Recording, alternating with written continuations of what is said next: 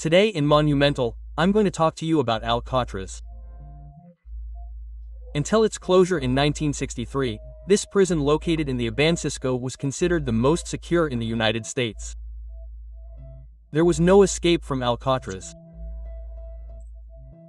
However, one evening in June 1962, 3 men tried to escape. Frank Maurice and the 2 England brothers, Clarence and John. Did they drown? Did they pull off the most spectacular escape of the 20th century? That's the story I'll tell you right away in Monumental. Monumental, short stories about great monuments. Frank Maurice and the escapees from Alcatraz.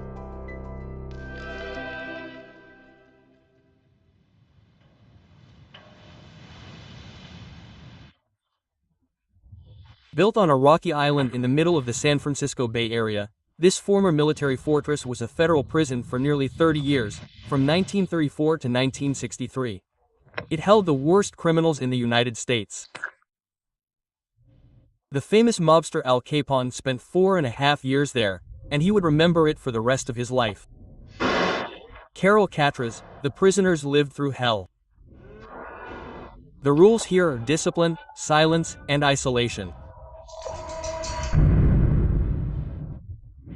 The prison has 4 cell blocks, A, B, C, D, spread over 4 levels.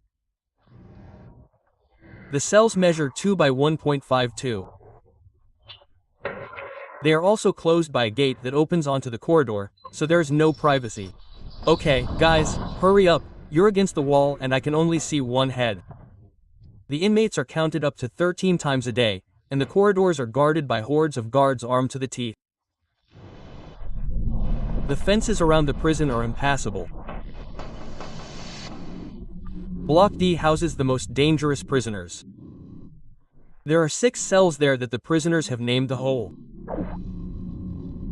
They sometimes spend months there. But more than the prison itself, it is its surroundings that are considered impassable. The island is surrounded by the icy waters of the Pacific. It does not exceed 12 degrees Celsius. As for the current, it is so strong that it prevents progress towards the shore. It is therefore impossible to reach dry land by swimming. Incidentally, the area is infested with sharks. As you can see, Alcatraz is a prison from which there is no escape. 36 inmates attempted to escape between 1934 and 1963.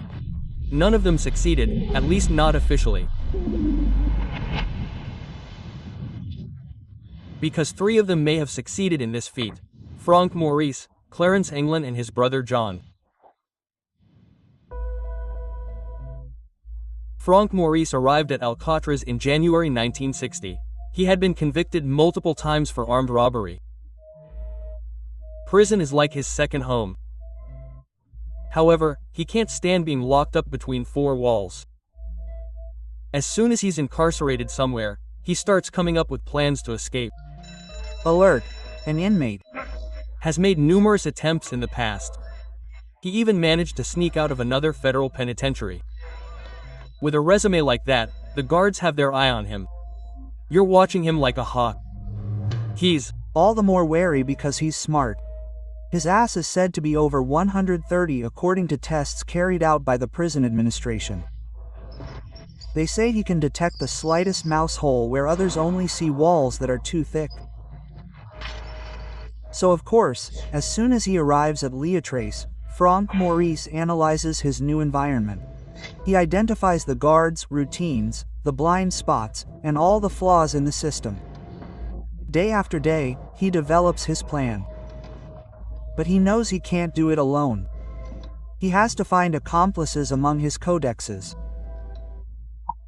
A year after his arrival, he becomes friends with 2 new inmates who join him in Block B. Their names are John and Clarence England. 2 inseparable brothers. They are specialists in bank robberies and they too have no intention of rotting away in Alcatraz. Finally, the three become friends with a fourth individual, Alan West, a cunning and resourceful petty criminal who also thinks only of getting away. The four men chat discreetly during the rare moments when they can meet up. The plan takes shape, and in the spring of 1961, it is finalized. I have an idea.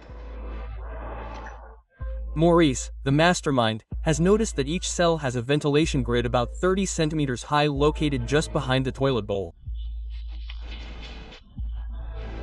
Behind this grid, a narrow, dusty technical shaft, but which in theory leads to the roofs of the building.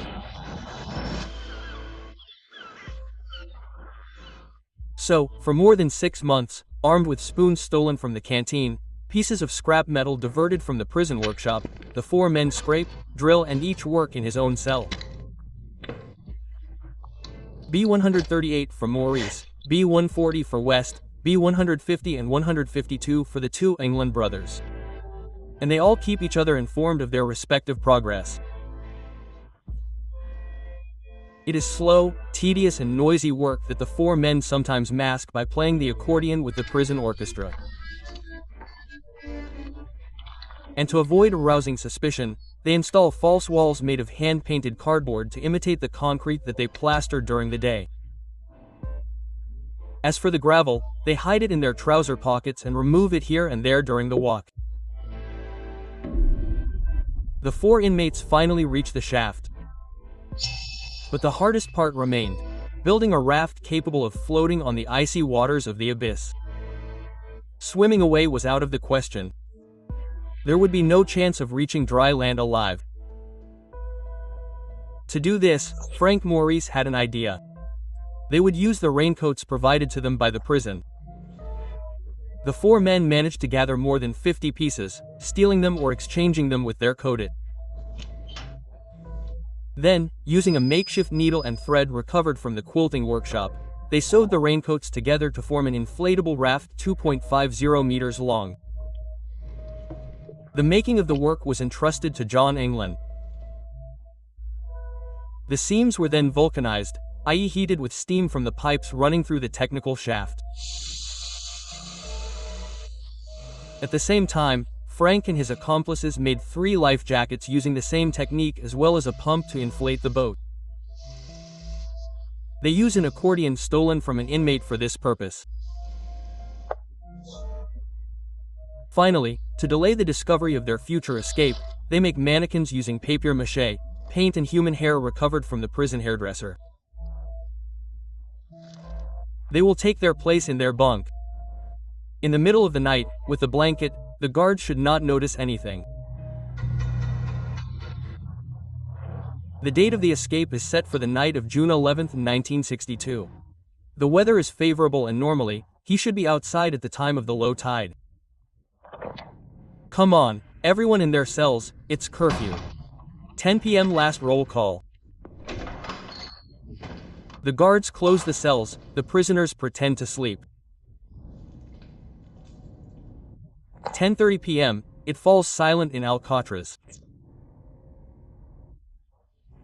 Frank Maurice installs his mannequin in the bed, removes its grid and disappears into the corridor. Then he is quickly joined by John and Clarence. But Alan West cannot open his. It is stuck. He pushes, he hits, he tries to push it aside. But in the end, he will stay in Alcatraz. The escape continues without him. Maurice and the England brothers then plunge into the maze of conduits behind their cells. From now on, there is no way back. Then, the 3 men climb silently along a 9-meter vertical pipe, slippery and sticky, but which leads them to the roof of Alcatraz. Once there, they feel the wind whipping their faces. The bay is plunged into a pitch-black night. But they know that danger is everywhere. Above them, searchlights scan the penitentiary at regular intervals. Watch out, don't be a wolf. He crawls for about 30 meters and pushes the ridge of the roof, stopping dead as soon as a beam of light comes too close. Then, when he reaches the north corner of the building, he lets himself slide down a drain pipe. A 15-meter descent into the void, without a harness or a net. One wrong move and it's death. Down below, two fences bristling with barbed wire, each over 4 meters high, await them. But nothing can stop them. With a sure-footed gesture, they slip through the mesh, overcome the obstacles and continue on their way to freedom. They finally reach the north shore of the island. In front of them, the icy waters of the Belgian. How much time do they have left before the alarm is given? 30 minutes, 1 hour. They don't have a second to lose. They unfold their boat and, using their makeshift bellows, the three men inflate the boat. It takes them a good 20 minutes. Then they put it on the water, get on board and disappear into the night, carried by the currents of San Francisco Bay.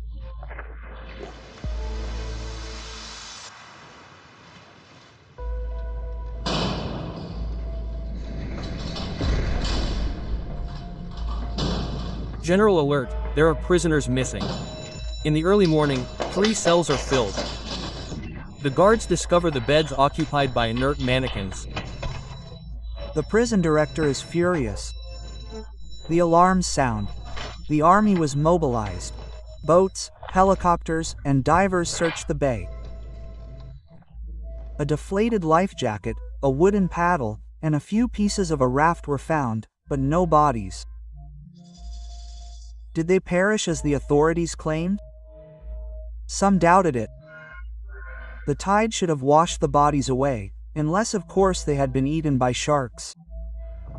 But it was impossible to know. Weeks and months passed and no sign of life was detected from the fugitives. In 1979, after 17 years of investigation, the FBI closed the case. The 3 fugitives were officially declared dead. However, at the time, many people did not believe it. It was thought that they were hiding somewhere under false identities. And this mystery continued to fascinate America, so much so that in the same year, 1979, Escape from Alcatraz by Don Siegel was released in theaters, starring Clint Eastwood in the role of Frank Maurice. It recounts the story I just told you, point by point. Then the years go by and little by little, this story is forgotten until 2013 when a strange letter rekindles public interest in the escape from Alcatraz. It is a letter addressed to the San Francisco police. It reads, "My name is John England. I am 83 years old and still alive. Frank Maurice died in 2008. Clarence died in 2011. Was this finally proof that they had managed to escape?" But the letter was considered inconclusive by the police, too damaged, too late, and probably a hoax.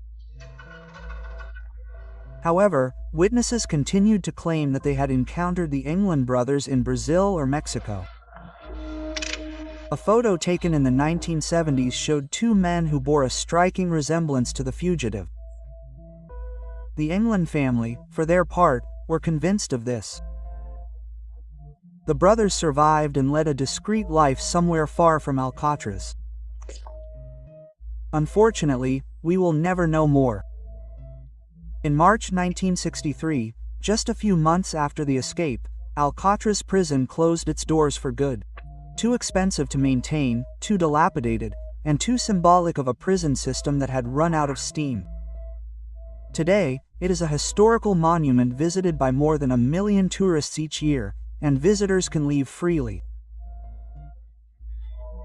But in a final twist, US President Donald Trump has declared that he wants to make Alcatraz a maximum security prison again. If it ever flies, will it be a test of the inmates' imagination?